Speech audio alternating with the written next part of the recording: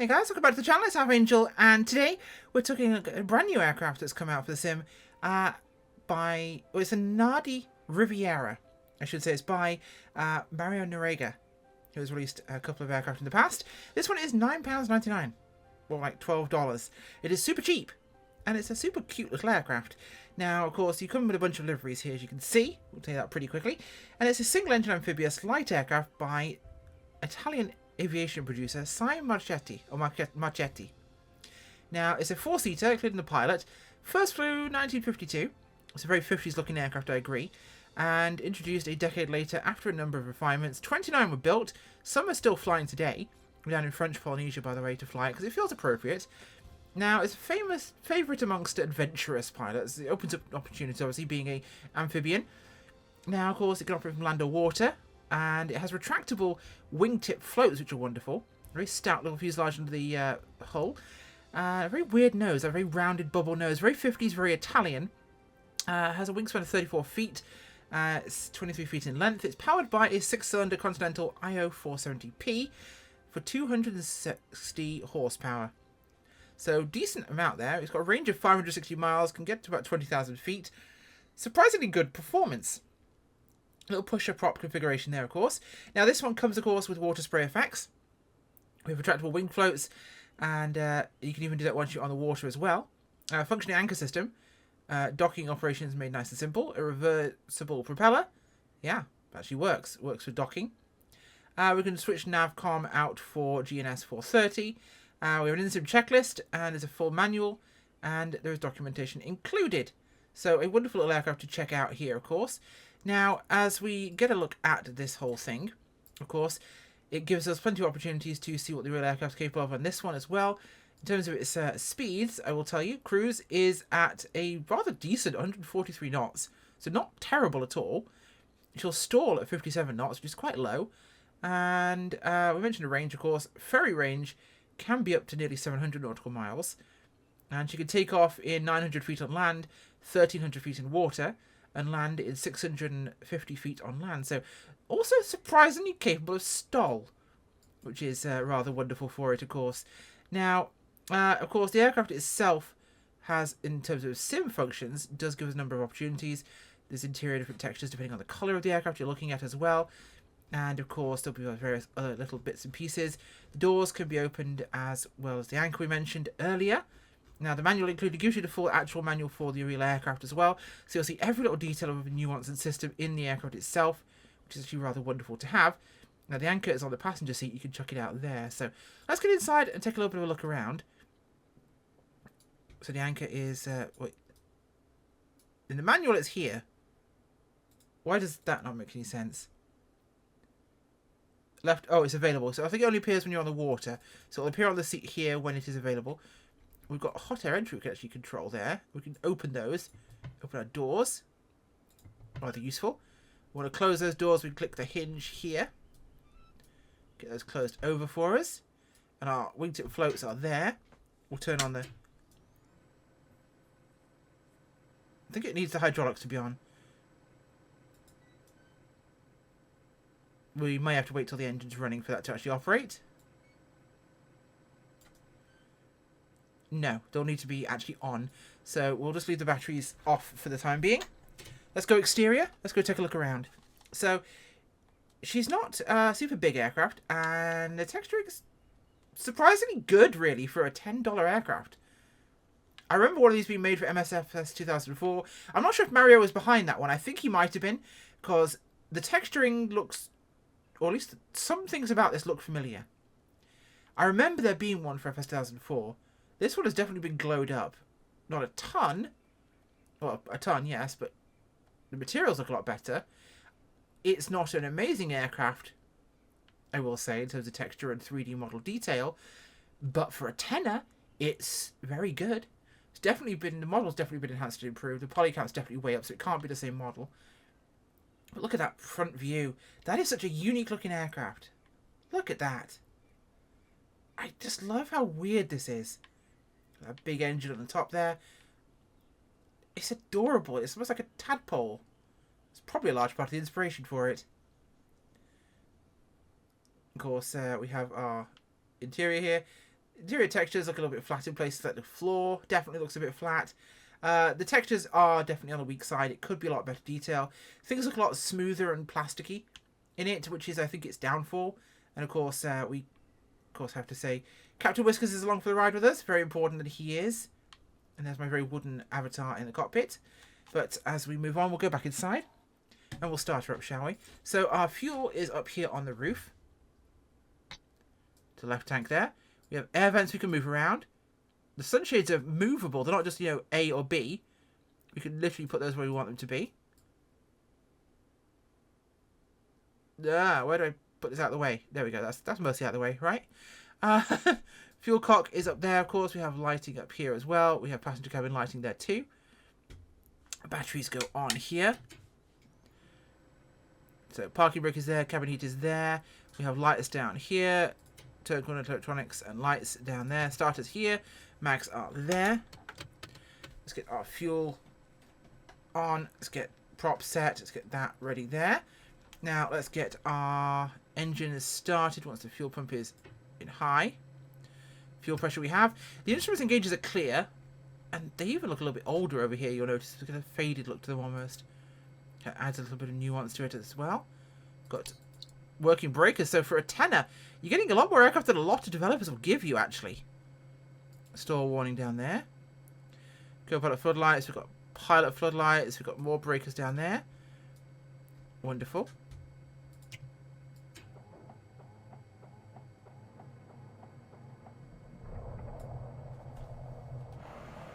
And then we had the props, the float set to move down, so they did.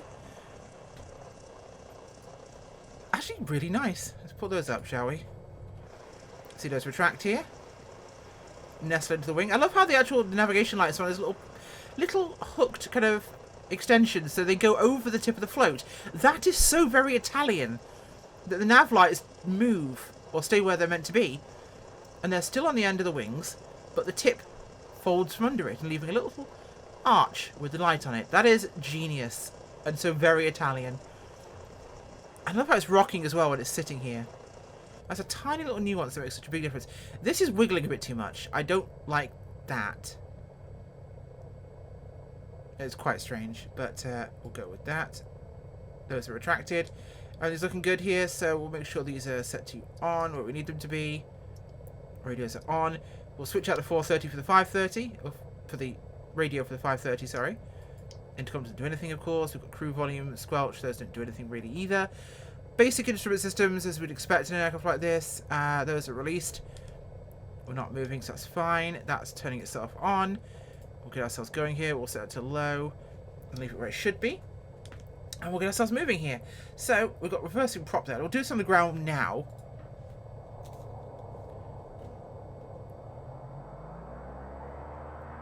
Oh my god, we could just reverse. That is genius. I love it. Oh god. Let's go forward.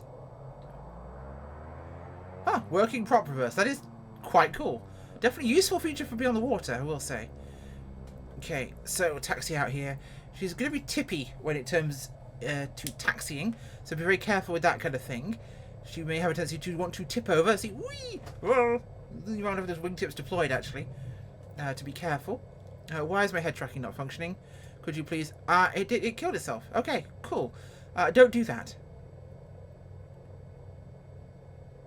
Starting up again. Open track has started running. Okay, we'll taxi down to the runway, and here we'll get ourselves ready to rock. So... down here should do us. This feels like it should be a taxi over. It's almost like it's telling us not to use it. It may be a vehicle track. But it'll do for us just fine. Here we go.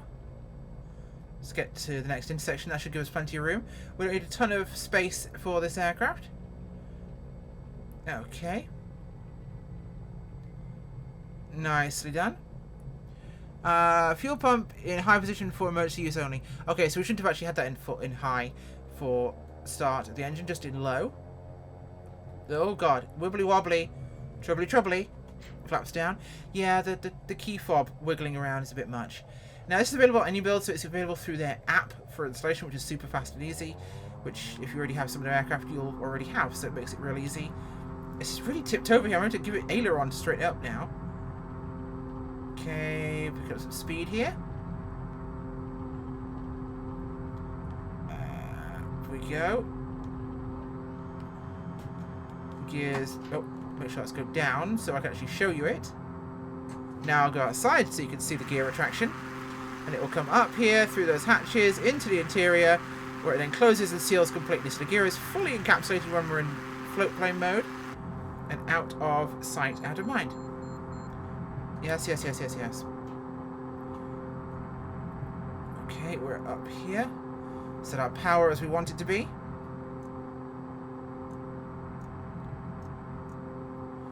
There we go. And we'll plough along the coast here. We're going to do a water land. Actually, we'll do a quick land landing for you first. So you can see that. Then we'll fly along the coast and we'll go do some water operations. Much more interesting in a seaplane. Well, I'd want to stay here to do it. But whilst we have a land airport, we'll do just that. Where is it? We'll do a quick circuit and we'll land the same where we just did. And then we'll do a touch and go. And then we'll come back out. Is this the beacon it's giving me? No, it's my indicator of throttle position and gear. Okay, that's what I was doing. What is that that's flashing for me here? Configuration alert. Yeah, so it's warning me about my configuration currently. Which is neat that it has that. And it's a very original style of indicator down there. Okay, that's calmed down at least. Engine sounds are quite quiet. Can I open this in flight? Yes, I can, and the noise increases, even though I don't think I'd be able to actually open this in flight. But at least the noise does increase. I love the very 50s styling of this. Look at these windows.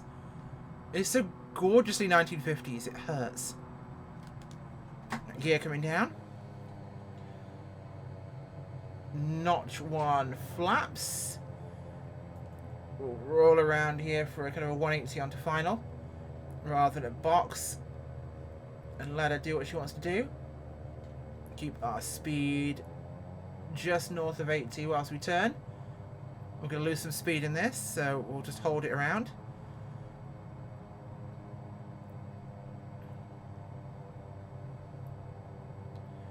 There we are. There's final. We're going to square this off, actually. We've got plenty of room. I thought we'd be a lot closer to the runway than we are, but we're not. So we could afford to do a rather dog-assed base to final. Okay, power to idle. This thing's actually quite quick. We're not losing speed as much as I thought we'd be. I thought this thing would be so blunt-nosed at dump speed like a truck. But it does not. Okay, does not like slipping. Let's not do that at this altitude and this configuration. Let's encourage it down a little bit, though. There we go. We'll slip her gently. Nothing too violent. She doesn't like violence, apparently. It's a lover, not a fighter. Let's hold it there until we get the wheels down. And she's wibbly-wobbly on the runway again. We'll power on here. You really have to almost fly it from the second you advance the throttle, because it wants to tip over in either direction. The gear feels very spongy. There we go. Gear coming up. Flaps retracting, nose down. Seems we're losing lift there at a kind of critical juncture. And we'll head around the tip of the coast here. We'll head towards some of these resorts. And we'll go do some water landings. So we're going to configure it already. I'm going to put the floats down. Oh, my head track can get confused over its position there. So those are down. And again, I absolutely love those little wingtip lights on those little extension clips. It's so Italian in its beautiful simplicity. Here's some of the resorts here, including the Hilton down here in French Polynesia. I think that's the next one along though. We'll set down ahead of these. We'll just pass this set of cabins. We'll see how she performs. And like I say, the texture is simplistic. It's a little plasticky looking. It's a little bit of a letdown, I will say, in terms of texture. But for $10, or $12, £10, I'm struggling to really fault that. Like, for $10, that's nothing. And this has got as many features, if not a couple more, than aircraft asking twice the amount of money. Now, for a plane I might dabble around in a couple of times, this is a great price point. For something that's a little more niche, There's one of the resorts there. We'll land here, then we'll do a takeoff and land again at the further one. So for something that's a little niche that I might not fly a lot, $10 is a perfect price point to generate a sale out of a maybe customer. And I will tell you this now, for a maybe customer, $10 is going to get you to buy it. $20 is not. $20 really is you're going to want to have some flying time out of this aircraft. That's enough money that you want to get some use. There we go. Oh, she's porpoising a little bit. I need to control that. To hold the nose.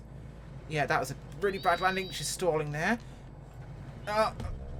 Oh, God. That was... I sunk. We sunk it, unfortunately. I'm impressed. I sunk it. Seaplanes don't normally do that to me. That got a really weird porpoising, didn't it? Let's get turned around here. Let's take off and we'll try and repeat that. Or improve upon that, actually. One notch of flaps. Advance the throttle. Try and get a level here on the water. It seemed to generate a porpoising that I couldn't quite control. When I tried to advance power and pull away from the water, it started to lose pitch authority. So it's interesting. I had heard these things could porpoise a fair bit. In fact, like the CB, they could get a real porpoising tendency on the water. So takeoff's really simple. Nice and easy there. Just climbing away, no problems at all.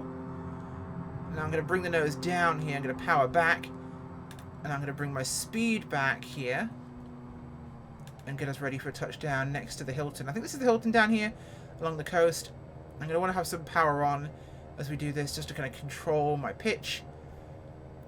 And I'm trying to work out what I want to do in terms of configuration to reduce the porpoising. I need to reduce my energy, of course, so we'll give it another notch of flaps here. Keep the nose more level. We'll fly her down to the water rather than letting it settle as much. Hold the nose in the air. Hold the nose. Okay. Oh, it seems to get the nose in the water there, and we just start to... Okay, okay, it's manageable. It's manageable. We're better there. Oh, God. The nose controls back quite a lot. Holding the controls full aft here. She really wants to plow that nose in, so you want to hold it right into your chest and really kind of control it over as we land here by the huts. She really wants to dig the nose. That's the difference here. There we go. This is what you'd want to do. This is my kind of holiday. Under my seaplane outside my shack on the beach? Absolutely. Please. And whilst we're here, we're going to pull these up. And we're going to tip over in the water. And we're still on the float there because the float is still buoyant. But this is how sometimes geese will come up to a dock. They'll do this. They'll tip over and actually come up there with the retractable tips on them. Modern ones do. The ones we've got in the sim are all the fixed wingtip floats, which are annoying. But if we come here and we put this down again, it should tip us right way up as the... oh, boing. Yep, it does. I like this aircraft. It is fun, it is unusual, and like I said, for the price, it turns a maybe into a sure have a crack. I absolutely would... I went to grab this so fast when I saw it was this price. I was doubtful. And it's not wonderful. It has flaws. It isn't perfect. But it is worth every penny of £10. Absolutely worth every penny. I'd honestly say I'd have paid 20 for it, personally. I've paid 20 for worse. Far, far worse. I'm going to be critical because I like to be honest, but at the same time, constructively, it looks good. Well good enough to fly. It is unique, it is interesting, it is challenging. It has autopilot, it has navigation, it has a transponder for VATSIM. It will tick all the boxes and it is different. Highly recommend. Go try it out. Have some fun. And it's a very unusual little Italian aircraft. Thanks for watching. Bye.